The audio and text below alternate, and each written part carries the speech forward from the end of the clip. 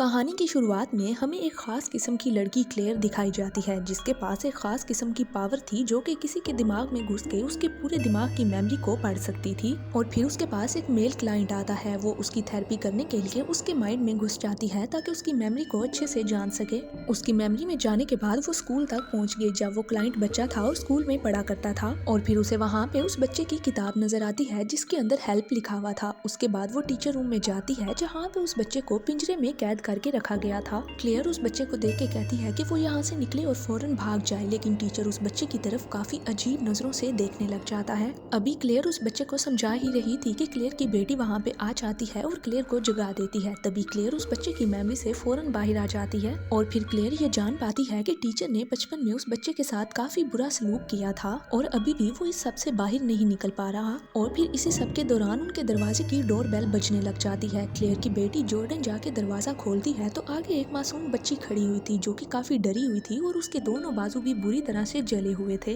वो लड़की जॉर्डन को बताती है कि आप लोगों के घर का एड्रेस मुझे एक औरत ने दिया था जो कि मेरी मॉम की अच्छी दोस्त है। लड़की घबरा के कहती है कि आप लोग ही हो जो मेरी मदद कर सकते हो और मेरा इलाज करवा सकते हो। वो लड़की बताती है कि मेरी जिंदगी खतरे में है क्योंकि मुझे एक ऐसा क्रिएचर नजर आता है जो कि किसी और को दिखाई नहीं देता। ये सब सुन के तो जॉर्डन के होश ही उड़ जाते हैं। जॉर्डन उसे पूछती है कि अभी वो क्रिएचर कहाँ पे है। बच्ची बताती है कि वो क्रिएचर ठीक तुम्हारे पीछे खड़ा हुआ है। जॉर्डन के पीछे देखने पे जॉर्डन को वो क्रिएचर नजर नहीं आता, लेकिन फौरन ही क्लेयर अपने रूम से बाहर आ जाती है और क्लेयर को वो क्रिएचर जॉर्डन के पीछे नजर आ जाता है। और तभी उसी टाइम पे बच्ची का फादर भी आ जाता है जिसका नाम रैंडल था और वो अपनी बच्ची को लेके वहाँ से निकल जाता है और वो कहता है कि उन्हें किसी की भी मदद की जरूरत नहीं है। उनके जाने के बाद जॉर्डन अपनी मोम के पास जाती है और कहती है कि हमें उस बच्ची की मदद करनी चाहिए, लेकिन क्लेयर कहती है कि हम उस बच्ची की मदद नहीं कर सकते क्योंकि जो चीज मैंने देखी है वो क्रिएचर बहुत ही ज्यादा खतरनाक और ताकतवर है। और फिर जॉर्डन अपनी मोम से कहती है कि मैं अकेले ही उस बच्ची की मदद करूंगी। वो रात को अपना लैपटॉप लेके उस बच्ची का नेम सर्च करने लग जाती है और अगली सुबह होने पे जॉर्डन अकेले ही उस बच्ची के साथ वाले घर में उसकी पड़ोसन के पास पहुंच जाती है। फिर जॉर्डन उस बच्ची के बारे में उसकी पड़ोसन से सारी इन्फॉर्मेशन लेती है। वो बताती है कि उस बच्ची की मोम की डेथ हो चुकी है और उस बच्ची की मोम की डेथ के बाद से वो बच्ची और उसका डैड हमेशा अपने घर ही रहते हैं, ना किसी से बात करते हैं और ना ही घर से बाहर निकलते हैं। और एक बार मैं जब उस बच्ची के घर गई तो मैंने देखा कि उस बच्ची के बाजू पे काफी अजीब किस्म के निशान हैं, तो मुझे लगा कि शायद उस बच्ची को कोई दिमागी मसला है और फिर इसीलिए मैंने उस बच्ची को तुम्हारी मोम का नंबर दिया था ताकि वो तुम्हारी मोम के पास जा सके और उसकी किसी किस्म की हेल्प हो सके।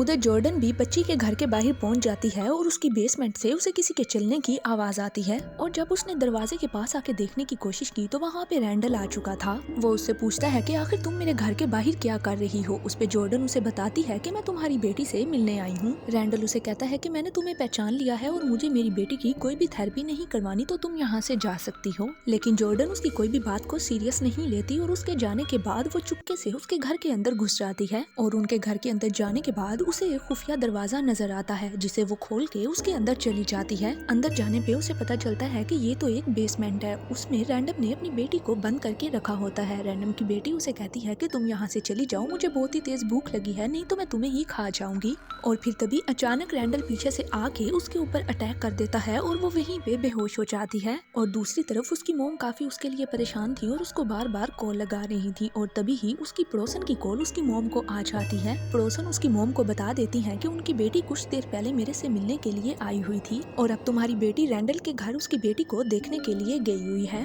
पड़ोसन की बात सुनते ही क्लेयर काफी परेशान हो जाती है और अपनी बेटी को बचाने के लिए फौरन से वो रैंडल के घर के लिए निकल पड़ती है। इधर जब जॉर्डन की आंख खुलती है तो वो अपने आप को एक चेयर पे बंधा हुआ पाती है और अपने साथ ही वो एक लेडी को देखती है जो कि पूरी तरह से जली हुई थी। जॉर्डन बेचारी रोते हुए कहती है कि प्लीज तुम मुझे यहाँ से जाने दो, मैं तुम्हारी बेटी की मदद कर सकती हूँ। लेकिन वो कहता है कि मेरी बेटी की कोई भी मदद नहीं कर सकता। वो बताता है कि मेरी बेटी के अंदर एक ऐसा राक्षस है कि उसे कोई भी ठीक नहीं कर सकता और उसे अपनी भूख मिटाने के लिए इंसानों के गोश्त की जरूरत पड़ती है और इस दुनिया में कोई भी ऐसा इंसान नहीं है जो मेरी बेटी की मदद करके उस क्रिएचर को मेरी बेटी के अंदर से निकाल सकता है। इसके बाद रैंडल अपनी बेटी को बुलाता है और उसे कहता है कि क्रिएचर को भूख लगी है तो तुम उसे कुछ खाने के लिए दे दो। रैंडल की बेटी आगे बढ़ती है और जॉर्डन के कंधों पे हाथ रख के क्रिएचर को बोलती है कि तुम्हें भूख लगी है तो तुम कुछ खा लो। तभी उस बच्ची के अंदर से वो क्रिएचर बाहर आता है और जॉर्डन के बाजू को पकड़ लेता है जिसकी वजह से उसके दोनों बाजू पूरी तरह से जल जाते हैं और अब उस क्रिएचर ने जॉर्डन का खून पी लिया था। इसके बाद रैंडल जॉर्डन का खून लेके तोड़ने के लिए नीचे चला जाता है और तभी उसकी बेटी उसके पास आती है और वहाँ से एक प्लास को लेके वो ऊपर चली जाती है और फिर वो जॉर्डन के पास आती है और उसको वो प्लास दे देती है और उसे बताती है कि प्लीज मेरे डैड को मत बताना कि मैंने तुम्हारी हेल्प की है। और फिर उसकी नजर अचानक से उस प्लास पे पड़ती है, लेकिन प्लास वहाँ पे नहीं होता। वो समझ जाता है कि जरूर ये काम मेरी बेटी का है जो उस लड़की की ये मदद कर रही है। लेकिन तब तक जॉर्डन ने उस प्लास से अपने आप को आजाद करवा लिया था और उसके साथ जो लड़की थी उसको भी वो उस प्लास के साथ आजाद करवा लेती है और उसे अपने साथ लेके जाने लगती है। लेकिन तभी वहाँ पे रैंडल गन लेके आ जाता है और उसके ऊपर गन को पॉइंट कर लेता है और उसकी बेटी जॉर्डन के सामने आ जाती है और अपने डैड से कहती है कि वो बेकसूर है तो डैड आप उसे यहाँ से जाने दें। लेकिन उसी बीच वो दूसरी लड़की रैंडल के ऊपर हमला कर देती है और गलती से गन ट्रिगर होके उसी की बेटी के गले में गोली लग जाती है। गोली उस बच्ची के गले के आर पार हो जाती है और वो बच्ची जॉर्डन के हाथों में ही मर जाती है। और उस बच्ची के मरने के बाद जॉर्डन उस क्रिएचर को अपने सामने देख पाती है और वो क्रिएचर जॉर्डन की बॉडी के अंदर चला जाता है। जॉर्डन वहाँ से बाहर भाग जाती है और रैंडल अपनी बेटी की लाश को गले लगा के रोने लग जाता है। जॉर्डन जैसे ही रोड पे आती है उसकी मॉम भी गाड़ी लेके वहाँ पे पहुँच जाती है और अपनी बेटी को गले लगा के रोने लग जाती है और तभी वहाँ पे पुलिस भी पहुँच जाती है और रैंडल मौका देख के रोते हुए वहाँ से भाग निकलता है। और फिर दो पुलिस वाले जॉर्डन से इंक्वायरी करते हैं और जॉर्डन सच उन्हें बता देती है जो कुछ भी उसके साथ हुआ था। और फिर तभी अचानक जॉर्डन वहाँ पे उसी क्रिएचर को देख लेती है और उसे देख के वो घबरा के चीखने लग जाती है। पुलिस वाले भी ये देख के डर जाते हैं कि आखिर वो ये सब कुछ क्यों कर रही है। इसके बाद जॉर्डन जल्दी से बाहर आके अपनी मॉम के गले लग जाती है और फिर क्लेयर समझ जाती है कि उसे ही अपनी बेटी की मदद करनी होगी।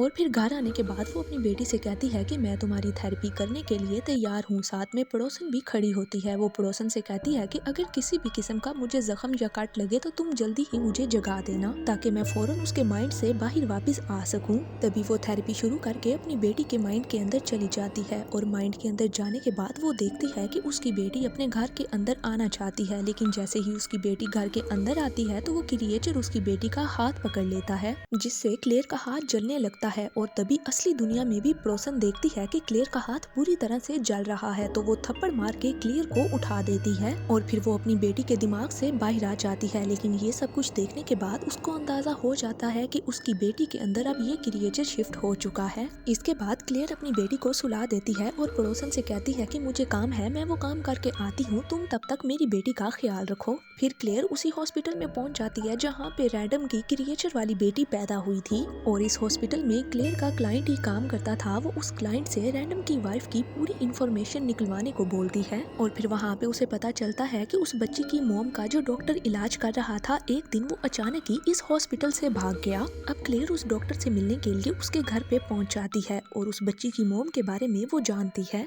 डॉक्टर बताता है कि वो पेशेंट काफी ही डिफरेंट थी, उसकी आंखें नीली पड़ चुकी थी और उसका पूरा जिस्म जलने लग गया था।